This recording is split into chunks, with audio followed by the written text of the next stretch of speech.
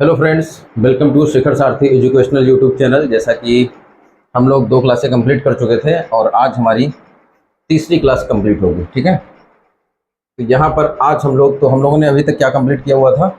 अभी तक हम लोगों ने फर्स्ट क्लास में ये 4 टॉपिक कंप्लीट किए थे, सेकंड क्लास में ये दो टॉपिक कंप्लीट किए थे और आज हम लोग टाइप्स ऑफ नंबर यानी संख्याएँ कितने प्रकार की होती है इस पर डिस्कस करेंगे।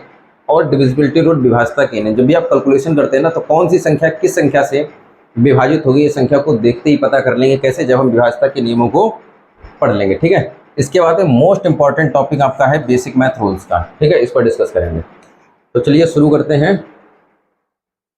तो संख्या पद्धति के अनुसार संख्याओं को निम्न प्रकारों में वर्गीकृत किया गया है। तो सबसे पहला देखेंगे प्राकृतिक संख्या। तो प्राकृतिक संख्याएं क्या होती हैं?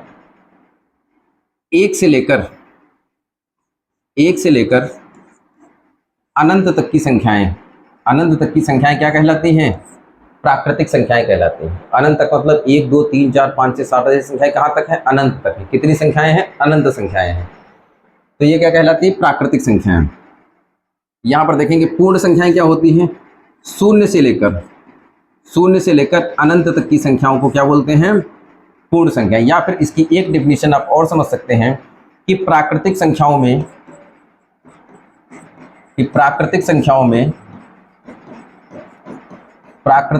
में यदि शून्य को शामिल कर दिया जाए, प्राकृतिक संख्याओं में यदि शून्य को शामिल कर दिया जाए तो संख्याएं क्या हो जाती हैं? तो ऐसी संख्याओं को क्या बोलते हैं? पूर्ण संख्या कहते हैं। तो प्राकृतिक संख्या और पूर्ण संख्या में क्या डिफरेंस है? एक से लेकर अनंत तक की संख्या क्या कहलाती हैं? प्राकृतिक संख्याएं। और इन प्राकृतिक संख्याओं में यदि शून्य को जोड़ दिया जाए, शून्य इसमें ऐड कर दिया जाए तो ऐसी संख्याएं क्या कहलाती हैं? पूर्ण संख्याएं कहलाती हैं। एक से अनंत तक की संख्याएं प्राकृतिक संख्याएं और शून्य से लेकर अनंत तक की संख्या, शून्य मतलब 0 1 2 3 4 5 6 7 8 की संख्याएं क्या हैं? पूर्ण संख्याएं हैं। और जो प्राकृतिक संख्याएं होती हैं वो क्या होती हैं? 1 2 3 4 5 6 7 8 ऐसे लेकर अनंत तक की जो संख्याएं होती है वो क्या कहलाती हैं? पूर्ण संख्याएं कहलाती हैं। ठीक है, इसके बाद डिस्कस करते हैं सम संख्याएं क्या होती हैं। ऐसी संख्याएं जो 2 से पूर्णतः विभाजित हो जाती हैं। ऐसी संख्याएं जो 2 से पूर्णतः विभाजित हो जाती है वो क्या कहलाती हैं? सम संख्याएं कहलाती हैं। तो ऐसी संख्याएं जो 2 से पूर्णतः विभाजित हो जाएं, 2 से पूर्णतः विभाजित हो जाएं, या फिर हम कह सकते हैं यदि किसी संख्या का इकाई अंक, यदि किसी भी संख्या का इकाई अंक 0 2 4 6 8 है तो ऐसी संख्या क्या कहलाती हैं? सम संख्याएं कहलाती हैं। किसी भी संख्या का इकाई अंक या फिर अंतिम अंक, किसी भी संख्या का इकाई अंक या अंतिम अंक कितना होना चाहिए आपका? 0 2 4 6 8। जैसे एक संख्या लिख दी 24, तो इसको क्या बोलते हैं? ये होता है इकाई अंक और इसको क्या बोलते हैं? दहाई अंक। इसके आगे अगर और कोई संख्या तो इसको क्या बोलते हैं? सैकड़े का अंक। ठीक है, तो किसी भी संख्या का इकाई अंक को ही क्या कहा जाता है? अंतिम अंक। किसी भी संख्या का अंतिम अंक तो कितना होना चाहिए? किसी भी संख्या का अंतिम अंक 0 2 4 6 8 है तो ऐसी संख्या क्या कहलाती है? सम संख्याएं कहलाती हैं। वहीं ऐसी संख्याएं जो 2 से पूर्णतः विभाजित नहीं होती, जो 2 से पूर्णतः विभाजित नहीं होती, ऐसी संख्याएं जो 2 से पूर्णतः विभाजित नहीं होती, ऐसी संख्याओं को क्या बोलते हैं? विषम संख्या बोलते हैं। ऐसी संख्याओं को क्या बोलते हैं? विषम संख्या बोलते हैं। या फिर हम कह सकते हैं ऐसी संख्याएं जिनका इकाई अंक या अंतिम अंक कितना होना चाहिए? 1 3 5 7 9। तो ऐसी संख्याएं जिनका अंतिम अंक 1 3 5 7 9 है, ऐसी संख्याएं जिनका अंतिम अंक 1 3 5 7 9 है तो ऐसी संख्याओं को क्या बोलते हैं? विषम संख्या बोलते हैं। ठीक है, तो ये कहाँ काम आएगा? जब हम लोग पढ़ेंगे संख्या पद्धति, वहाँ काम आएगा। और विभाज्यता के नियम जो हम इसके बाद पढ़ेंगे वो हमारे कैलकुलेशन में बहुत ही काम आएंगे। बहुत ही कम समय में आप कैलकुलेशन कर पाएंगे यदि आपको विभाज्यता के नियम बेहतर तरीके से आते हैं, तो उन पर भी डिस्कस करेंगे। विषम संख्या। इसके बाद देखेंगे अभाज्य संख्याएं क्या होती हैं। अभाज्य संख्याएं यहाँ पर आपकी 2 से लेकर के 109 तक की 110 तक की अभाज्य संख्याएं दे रखी हैं। ठीक है, यूपीपी प्रीवियस ईयर में एक क्वेश्चन आया था कि 80 से 90 के मध्य कितनी अभाज्य संख्या होती है? 80 से 90 के मध्य कितनी अभाज्य संख्या होती है? तो कितनी अभाज्य संख्या होती है? 2 संख्याएं होती हैं। तो क्वेश्चन ये आया था कि 80 से 90 के बीच में कौन कौन सी अभाज्य संख्याएं होती हैं? 4 ऑप्शन दिए थे, तो जिस ऑप्शन में 83 और 89 था वह ऑप्शन सही था।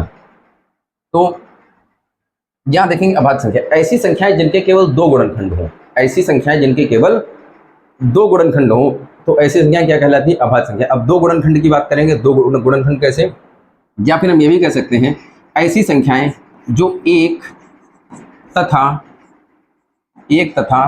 स्वयं से ही पूर्णतः विभाजित हों, पूर्णतः विभाजित हों। ऐसी संख्याएं जो केवल एक से और स्वयं से ही विभाजित हों। तो जैसे देखेंगे 2, तो 2 को या तो हम 1 के पहाड़े में देखेंगे तो 2 आएगा, या फिर 2 के पहाड़े में 2 आता है। इन 2 संख्याओं के अलावा कोई भी ऐसी संख्या नहीं है जिसके टेबल में 2 आता हो। या फिर हम इसमें से कोई भी संख्या देखें, जैसे देखिए संख्या 13, 13 कितने से कटेगी? या तो 1 से कटेगी या फिर 13 से कटेगी। मतलब 13 जो संख्या है ये या तो 1 के पहाड़े में आएगी या फिर 13 के पहाड़े में आएगी। तो देख लेते हैं अभाज्य संख्या। जैसे देखेंगे 2, 3, जैसे देखेंगे अभाज्य संख्या क्या होंगी? 2, 3, 5, 7। यदि आप 9 लिख देंगे तो 9 क्या है? 9 भाज्य संख्या है। 9 क्या है?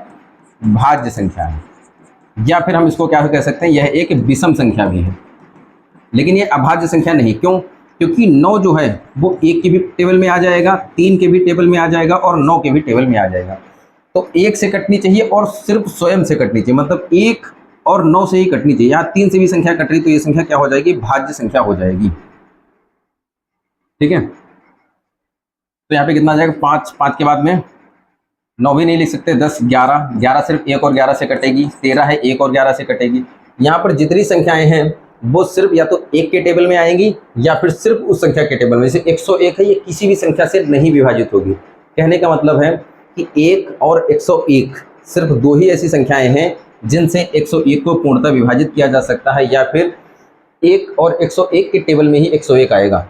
ठीक है, तो ऐसी संख्याएं जो केवल 2 ही संख्याओं से कटे। कौन कौन संख्याओं से? 1 और स्वयं से। स्वयं का मतलब जो संख्या है उसी से। ठीक है, जैसे 17 है तो 17 कितने से? 1 के पहाड़े में आएगा जाएगा 17, या फिर 17 के पहाड़े में 17 आएगा। 1 की गुणा यदि 17 से करेंगे तो 17 आएगा। तो अगर 17 के हम मल्टीपल की बात करें, इनमें से कोई भी संख्या, जैसे 37 ले ली, 37 संख्या कौन सी ले ली? 37। तो 37 के 2 ही गुणांक बनेंगे, एक तो बनेगा 1 गुणा 37 और दूसरा क्या बनेगा? 37 गुणा 1। बस, इसके अलावा कोई गुणनखंड नहीं बन सकता। जैसे आपके दिमाग में आ रहा होगा 15, तो 15 संख्या भाज्य है अभाज्य है? तो 15 देखो, 1 गुणे 15 करेंगे तब भी 15 बन जाएगा, और 5 गुणे 3 करेंगे तब भी 15 हो जाएगा, 3 गुणे 5 करेंगे तब भी। तो यहाँ पर और 15 गुणे 1 करेंगे तो यहाँ पर देखो 4 गुणनखंड बन रहे हैं, 1, 2, 3, 4, 4 गुणनखंड बन रहे। इसलिए ये संख्या क्या है? ये संख्या कौन सी संख्या है? भाज्य संख्या। यहाँ बात कर रहे हैं हम अभाज्य संख्याओं की, तो 15 नहीं ले सकते, 15 नहीं आएगा। ठीक है, तो चलिए आगे बढ़ते हैं। अभाज्य संख्याएं, इसमें एक क्वेश्चन ये भी पूछ दिया जाता है कि 1 से लेकर 100 तक कितनी अभाज्य संख्याएं होंगी, या फिर पूछ दिया जाएगा 100 से लगा करके 110 के मध्य में कितनी अभाज्य संख्या होंगी, 1 से लेकर 50 तक कितनी अभाज्य संख्याएं होती हैं, 1 से लेकर 25 तक कितनी अभाज्य संख्याएं होती हैं, या फिर 25 से 75 के बीच में। ये भी एक प्रीवियस ईयर का क्वेश्चन है कि 25 से 75 के बीच में कितनी अभाज्य संख्याएं होती हैं। तो इन सभी क्वेश्चंस पर डिस्कशन कब करेंगे? जब हम चैप्टर पढ़ेंगे संख्या पद्धति। संख्या पद्धति चैप्टर पढ़ेंगे तब वहाँ पर इससे रिलेटेड जितने भी क्वेश्चंस आते हैं उन सब पर डिस्कस किया जाएगा। ठीक है, आगे बढ़ते हैं। आगे आता है भाज्य संख्याएं। भाज्य संख्याएं ऐसी संख्याएं जो एक तथा स्वयं के अतिरिक्त, एक तथा स्वयं के अतिरिक्त किसी भी अन्य संख्या से पूर्णतः विभाजित हो। पूर्णतः विभाजित का अर्थ ये होता है कि संख्या पूरी पूरी कट जाए, जो हमारी वैल्यू हो, जो हमारा भागफल है, वो डेसिमल में नहीं आना चाहिए, दशमलव नहीं आना चाहिए, पूर्णतः विभाजित हो। ठीक है, तो जैसे बात करते हैं 9, तो 9 1 से भी कट जाएगी, स्वयं से यानी 9 से भी कट जाएगी, 1 और स्वयं के अतिरिक्त किसी अन्य संख्या से भी पूर्णतः विभाजित हो, पूर्णतः विभाजित हो। तो 1 9 इसके साथ में ये 3 से विभाजित होगी, तो ये भाज्य संख्या हो जाएगी। जैसे 15 है, 15 किससे? 1 से डिवाइड होगी, 15 से डिवाइड होगी, 3 से डिवाइड होगी और 5 से डिवाइड होगी। 4 गुणनखंड बन रहे हैं, तो जिन संख्याओं में 2 से अधिक गुणनखंड बनते हैं तो ऐसी संख्याएं क्या कहलाती हैं? भाज्य संख्याएं कहलाती हैं, भाज्य संख्याएं कहलाती हैं। ठीक है, तो ऐसे भाज्य संख्या तो बहुत है, भाज्य संख्या कितनी? अनंत है भाज्य संख्याएं। ठीक है, आगे बढ़ते हैं। अगला देखें, अब हम लोग क्या पढ़ेंगे? विभाज्यता के नियम, विभाज्यता के नियम पढ़ेंगे हम लोग। हालांकि संख्याएं और भी प्रकार है कुछ संख्याओं के, लेकिन आपके सिलेबस के अकॉर्डिंग ये केवल 6 ही संख्याएं हैं जो आपके काम आने वाली हैं। ठीक है, और यहाँ पर आप चाहें तो एक सेकंड, हाँ ठीक है, बाकी एक होता है परिमेय संख्या, अपरिमेय संख्या होती है, उसके बारे में जब हम लोग संख्या पद्धति चैप्टर पढ़ेंगे वहां पर डिस्कस करेंगे। इट्स ओके, आगे देखते हैं। 2 से विभाज्यता का नियम, यदि किसी संख्या का अंतिम अंक, यदि कोई भी संख्या है उसका अंतिम अंक 0, 2, 4, 6 या 8 है तो वह संख्या क्या होगी? वह संख्या 2 से विभाज्य होगी। जैसे इस संख्या का अंतिम अंक कितना है? 4, तो ये संख्या 2 से कट जाएगी। इसका अंतिम अंक 8 है, 2 से कट जाएगी। इसका अंतिम अंक 0 है, 2 है, 6 है, तो ये सभी संख्याएं क्या है? 2 से पूर्णतः विभाजित हो जाएगी। पूर्णतः विभाजित का मतलब कि 2 से अगर हम 24 को भाग करेंगे तो कितना जाएगा? 12 दूनी 24। पूर्णतः विभाजित होने का मतलब है कि भाग करने पर शेषफल कितना बचे? शेषफल 0 बचे। 24 से 24 जाएगा तो शेषफल कितना बचेगा? 0 बचेगा। बात यहाँ तक क्लियर है? आगे बढ़ते हैं। ये तो सबसे आसान नियम है। अब देखते हैं 3 से विभाज्यता का नियम। कैसे पता चलेगा कि कोई भी संख्या 3 से कट रही? कोई भी संख्या आपको दे दी गई, आपको कैसे पता चलेगा कि ये संख्या 3 से विभाजित होगी या नहीं? ये जो डिविजिबिलिटी रूल्स हैं आपके विभाज्यता के नियम, नंबर सिस्टम में इनसे एक प्रश्न हर एक एग्जाम में पूछा ही जाता है। तो निश्चित रूप से ये नियम बहुत अच्छी तरीके से इनका रिवीजन कर लें। हालांकि जब हम लोग नंबर सिस्टम पढ़ेंगे तब भी इसके बारे में डिस्कशन करेंगे। ठीक है,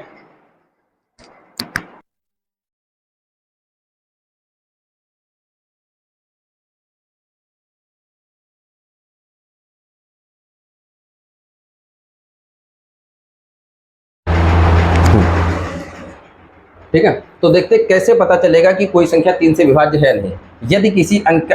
यदि किसी संख्या के सभी अंकों का योग 3 से विभाज्य, योग का मतलब योग कर लेंगे, 8 में 0 जोड़ेंगे तो 8 आएगा, 8 5 13।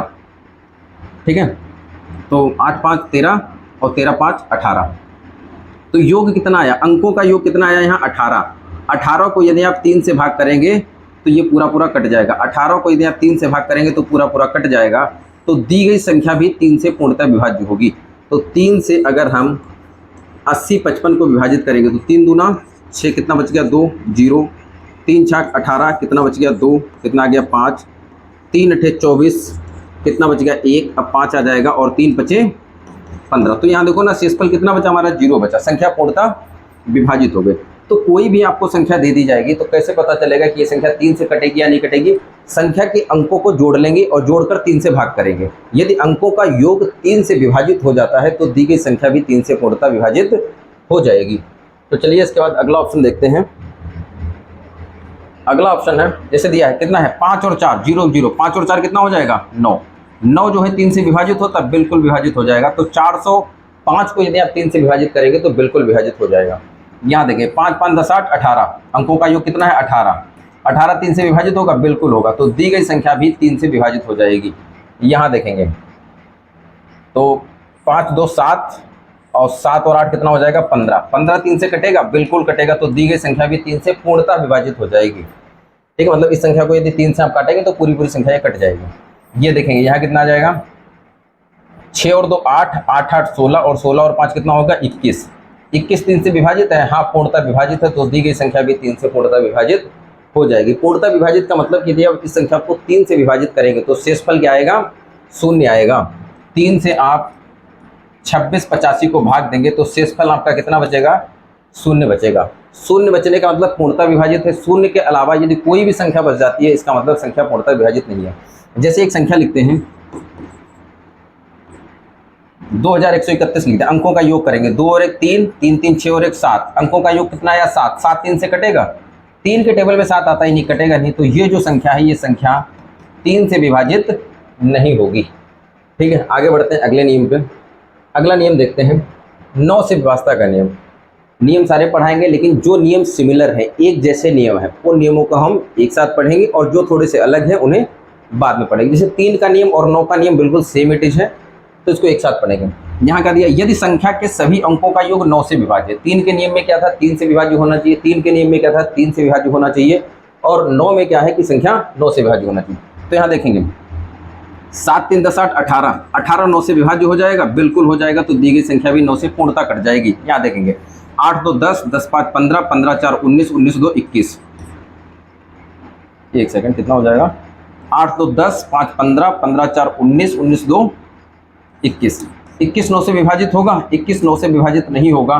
तो दी गई संख्या भी 9 से विभाजित नहीं होगी। यहाँ देखिए 5 5 10 8 18, 18 9 से विभाजित हो जाएगा, बिल्कुल हो जाएगा। तो दी गई संख्या भी 9 से पूर्णता विभाजित हो जाएगी। यहाँ देखेंगे 7 और 1 8, 8 8 16, 16 और 1 17, और 17 और 4 कितना हो जाएगा? 17 और 4 21 हो जाएगा। 21 3 से विभाजित है, बिल्कुल नहीं विभाजित है। जैसे एक संख्या और लिख लेते हैं,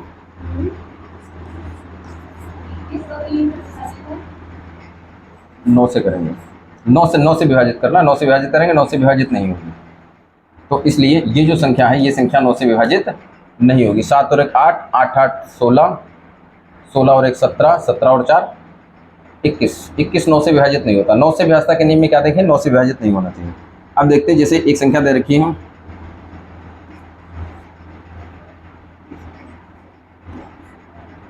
यहाँ देखेंगे जैसे एक संख्या दी गई है। अब बताएंगे ये संख्या 9 से पूर्णता कटेगी या नहीं कटेगी। तो कैसे देखेंगे? 5 3 8, 8 2 10, 5 15, 15 5 20, 20 और 7 27। तो योगफल कितना आया? 27। 27 9 से कट जाएगा, 9 3 27 पूरा पूरा कटेगा। तो दी गई संख्या भी 9 से पूर्णता विभाजित हो जाएगी। दी गई संख्या भी 9 से पूर्णता विभाजित हो जाएगी। ठीक है, एक मिनट, यहाँ पर थोड़ा सा डाउट हो गया है, टाइपिंग एरर हो गया थोड़ा सा। हालांकि 9 से विभाजता का नियम यही होता है। ठीक है, यहाँ पे 9 कर लेंगे, एक सेकंड, यहाँ पे कितना कर लेंगे? 9 कर लेंगे, 9। ठीक है, 9 से विभाजता। अब आगे देखेंगे इसके बाद में 6 से विभाजता का नियम। तो 6 बनता कैसे? 6 कैसे बनता है? 2 गुणा 3, 2 में जब 3 की गुणा करेंगे तो कितना बनेगा? 6 बनेगा। तो 6 बनता है कैसे? 2 गुणे 3 से। तो यहाँ यदि संख्या 2 और 3 दोनों से विभाज्य है तो संख्या 6 से विभाज्य होगी। यानी कोई भी संख्या 2 से कब विभाज्य होगी? यदि कोई भी संख्या क्या है? सम संख्या है। कोई भी संख्या क्या है? सम संख्या है। और कोई भी सम संख्या कैसे पता चलेगा? यदि किसी संख्या का अंतिम अंक 0 2 4 6 8 है। तो यहाँ देखें, यहाँ 8 है, यहाँ 2 है, यहाँ 8 है, यहाँ 4 है। ये सभी संख्याएं क्या है? सम संख्याएं हैं। तो ये सभी संख्याएं 2 से विभाजित हो जाएंगी। 3 से भी विभाजित होना चाहिए। 3 से क्या होता है? अंकों का योग। अंकों का योग, अंकों का योग कितने से विभाजित होना चाहिए? 3 से विभाजित होना चाहिए। तो यहाँ देखेंगे 7 3 10 8 18, 18 3 से विभाजित है, बिल्कुल। तो ये संख्या 2 से भी कट रही है और साथ में 3 से भी कट रही है। इसका मतलब ये संख्या 6 से भी विभाजित हो जाएगी। यहाँ देखें 8 2 10, 10 5 15, 15 4 19, 19 2 21। तो 21 3 से विभाजित होगा, बिल्कुल होगा। सम संख्या है तो ये संख्या 2 से भी विभाजित हो जाएगी। 3 से भी विभाजित हो रही, 2 से भी विभाजित हो रही, तो ये संख्या 6 से भी विभाजित हो जाएगी। यहाँ देखिए 5 5 10 8 18, 18 3 से विभाजित होगा, बिल्कुल हो जाएगा। तो ये संख्या 3 से कट रही, साथ में सम संख्या है तो ये संख्या 2 से भी कटेगी। 3 और 2 से संख्या कट रही, इसका मतलब संख्या 6 से भी कट जाएगी। यहाँ देखेंगे 7 और 1 8 8, 16 और 1 17 4 21। 21 जो है ये 3 से विभाजित होगा, बिल्कुल हो जाएगा। साथ में संख्या का अंतिम अंक कितना है? 4 है। संख्या का अंतिम अंक कितना है? 4 है। तो ये संख्या 2 से भी विभाजित हो जाएगी। संख्या 3 के साथ साथ 2 से भी विभाजित हो रही, अर्थात ये संख्या 6 से भी विभाजित हो जाएगी।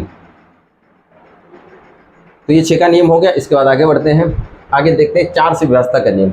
यदि किसी भी संख्या के अंतिम 2 अंक 4 से पूर्णता विभाज्य हैं तो ऐसी संख्या 4 से पूर्णता विभाज्य हो जाएगी। तो देखते हैं, कोई भी आपको संख्या दे दी जाएगी, अंतिम 2 अंक देखेंगे, अंतिम 2 अंक 4 से कट रहे, 4 दशामलव 40 कट जाएगा, पूरी संख्या भी है 4 से पूर्णता विभाजित हो जाएगी। 88, अंतिम 2 अंक 4 से 88 कट जाएगा, 4 दूनी 8, 4 दूनी 8, 88 4 से पूर्णता विभाजित है।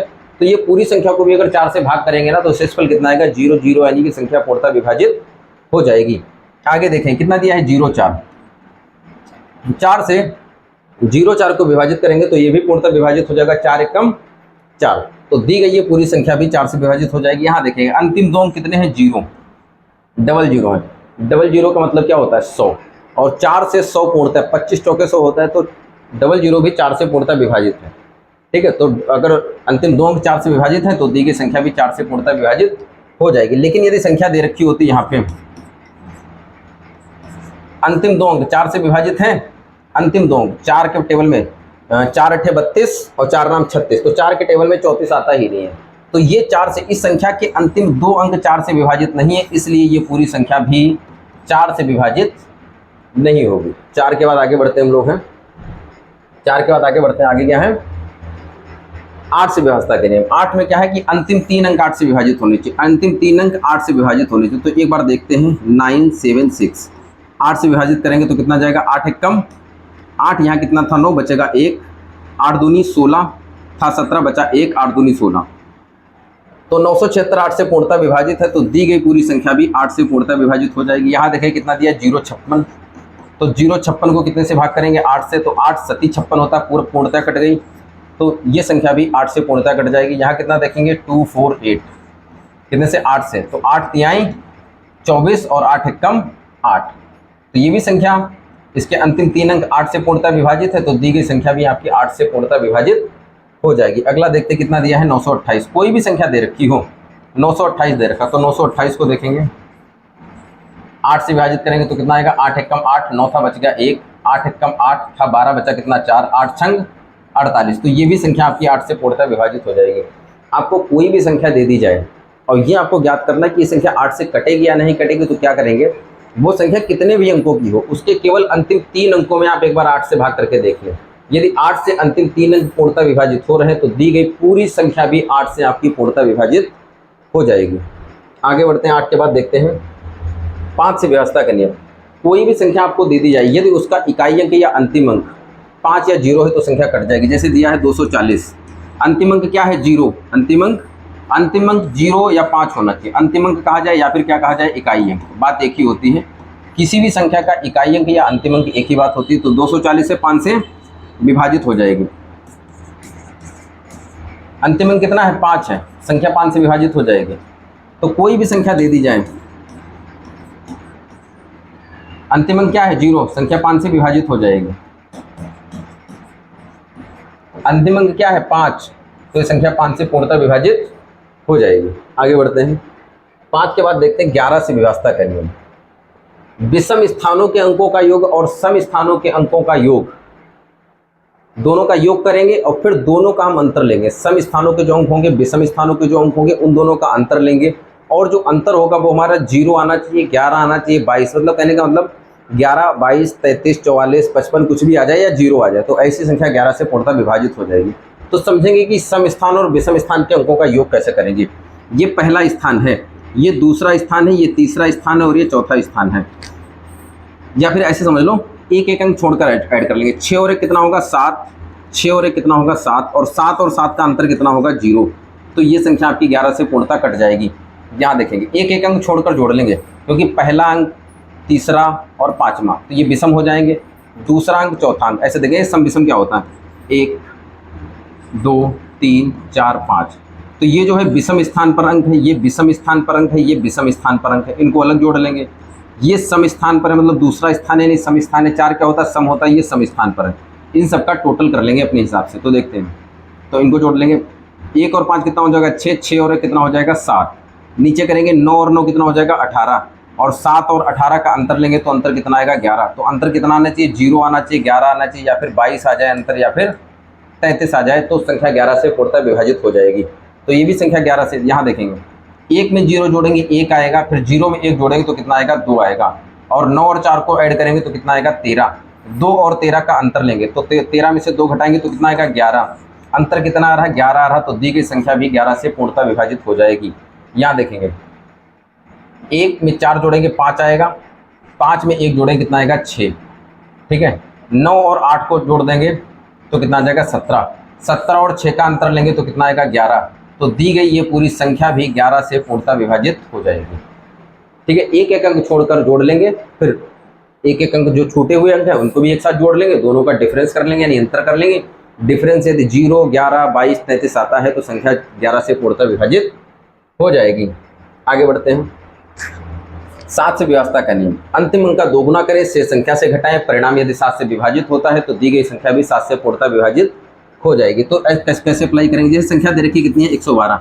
तो क्या कहा गया? अंतिम अंक का दोगुना करें। तो अंतिम अंक कितना है? 2 है। इस 2 का क्या करेंगे? दोगुना करेंगे। 2 का दोगुना कितना होता है? 4। फिर कहा है कि शेष संख्या से घटाएं। तो जब 2 का दोगुना 4 कर दिया तो शेष संख्या क्या बची हमारे पास? 11। और 11 से 4 घटाएंगे तो कितना आएगा? 7। तो 11 से जब घटा दिया तो परिणाम कितना आ गया? 7। परिणाम 7 से विभाज्य है, तो परिणाम को देखा, जो हमारा परिणाम आया वो 7 से विभाज्य, बिल्कुल विभाज्य है। तो दी गई मूल संख्या भी क्या हो जाएगी? 7 से विभाज्य हो जाएगी। जैसे दिया कितना 812, तो 2 का क्या करेंगे, अंतिम अंक का 2 गुना करेंगे, 2 गुना करेंगे तो कितना आएगा 4। शेष बची संख्या कितनी 81, 81 से 4 घटा देंगे, 81 से 4 घटा देंगे तो 77 आएगा, यानी परिणाम कितना आया 77। और 77 को 7 से भाग करके देखेंगे, 77 से 7 पूर्णतः विभाजित हो जाता है, तो दी गई संख्या भी 7 से पूर्णतः विभाजित हो जाएगी। अगला देखेंगे, जैसे दिया है 8512, तो 2 का 2 गुना करेंगे, 2 का 2 गुना कितना होता है 4। शेष बची संख्या 851 से घटा देंगे, 4 इससे घट जाएगा तो कितना बचेगा 847। तो 847 देखकर नहीं पता चला कि 847 7 से विभाज्य है या नहीं, तो इसमें एक बार नियम को फिर से अप्लाई करेंगे,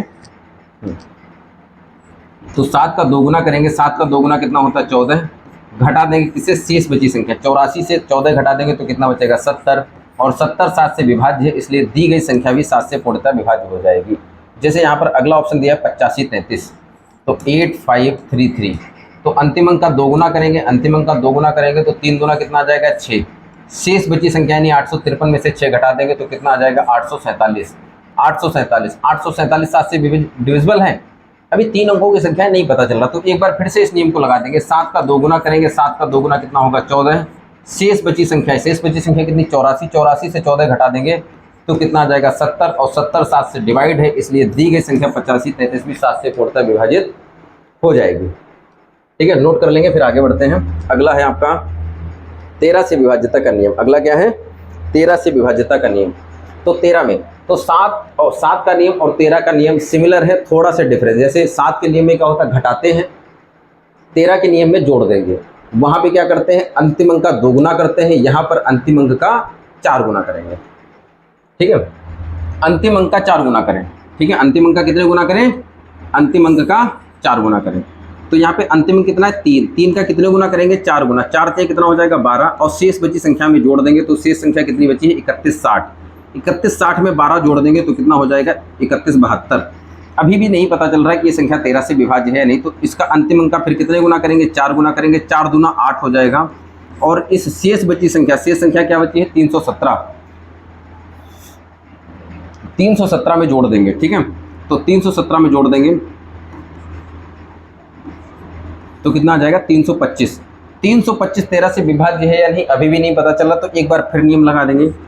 5 का 4 गुना करेंगे, 5 चौके 20, और जब जोड़ेंगे तो 5 आ जाएगा, 2 और 2 4 आ जाएगा, और 3 345 आ जाएगा। एक सेकंड यहाँ पे एक सेकंड। हाँ, 5 का कितने गुना करेंगे 4 गुना करेंगे, 5 चौके कितना आ जाएगा 20, शेष बची संख्या 32, 32 में जब हम 20 को जोड़ देंगे तो कितना आ जाएगा 52, और 52 सीधा सीधा पता चला कि 13 से विभाज्य है, तो दी गई संख्या भी 13 से विभाजित हो जाएगी।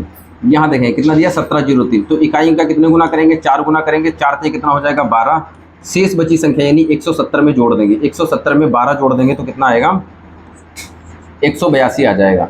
अभी भी 182 13 से विभाज्य है या नहीं ये नहीं पता चल रहा, तो क्या करेंगे एक बार फिर से इकाई अंक का कितने गुना करेंगे 4 गुना, 4 गुना कितना होता है 8, शेष बची संख्या यानी 18 में 8 जोड़ देंगे तो कितना आ जाएगा 26, 26 13 से विभाज्य है, इसलिए दी गई संख्या 1703 भी 13 से पूर्णतः विभाज्य होगी। अगला देखते हैं, अगला कितना दिया है 1963। अंतिम अंक का 4 गुना करेंगे, 4 3 12, शेष बची संख्या में जोड़ देंगे, शेष संख्या क्या बची 196, 196 जोड़ देंगे तो 6 2 8, 9 और 1 10 का 0 बचा, 1 1 2 208 आ गया। तो 208 13 से कटेगा या नहीं कटेगा नहीं पता चल रहा, तो एक बार हम इस नियम को फिर से लगाएंगे। तो 8 का 4 गुना करेंगे, 8 चौके 32, शेष बची संख्या 8 का तो 4 गुना कर दिया तो बचा कितना 20, 20 में 32 जोड़ देंगे तो कितना आएगा 52, 52 13 से पूर्णतः विभाज्य, इसलिए दी गई संख्या 1963 भी 13 से पूर्णतः विभाज्य होगी। ठीक है, तो उम्मीद करते हैं कि आपको संख्याओं के प्रकार और विभाज्यता के नियम बेहतर तरीके से समझ में आए हैं। तो इनका बेहतर तरीके से आपको नोट्स बना लेना है, एक एक हेडिंग वाइज लिख लेंगे और बेहतर नोट्स बनाएंगे, उनका 1 से 2 बार रिवीजन कर लेंगे तो निश्चित रूप से आप चीज़ें बेहतर कर पाएंगे। विभाज्यता के नियम भी बहुत ही जरूरी है, संख्याओं के प्रकार बहुत ही जरूरी हैं। जब हम चैप्टर पढ़ेंगे नंबर सिस्टम तो बहुत ही काम आएगा ये, आप इससे काफ़ी कम समय में क्वेश्चंस को सॉल्व कर पाएंगे और विभाज्यता के नियमों से आपकी कैलकुलेशन में काफ़ी ज़्यादा इंप्रूवमेंट होगा। तो आज के लिए इतना ही, नमस्कार, धन्यवाद, जय हिंद मित्रों।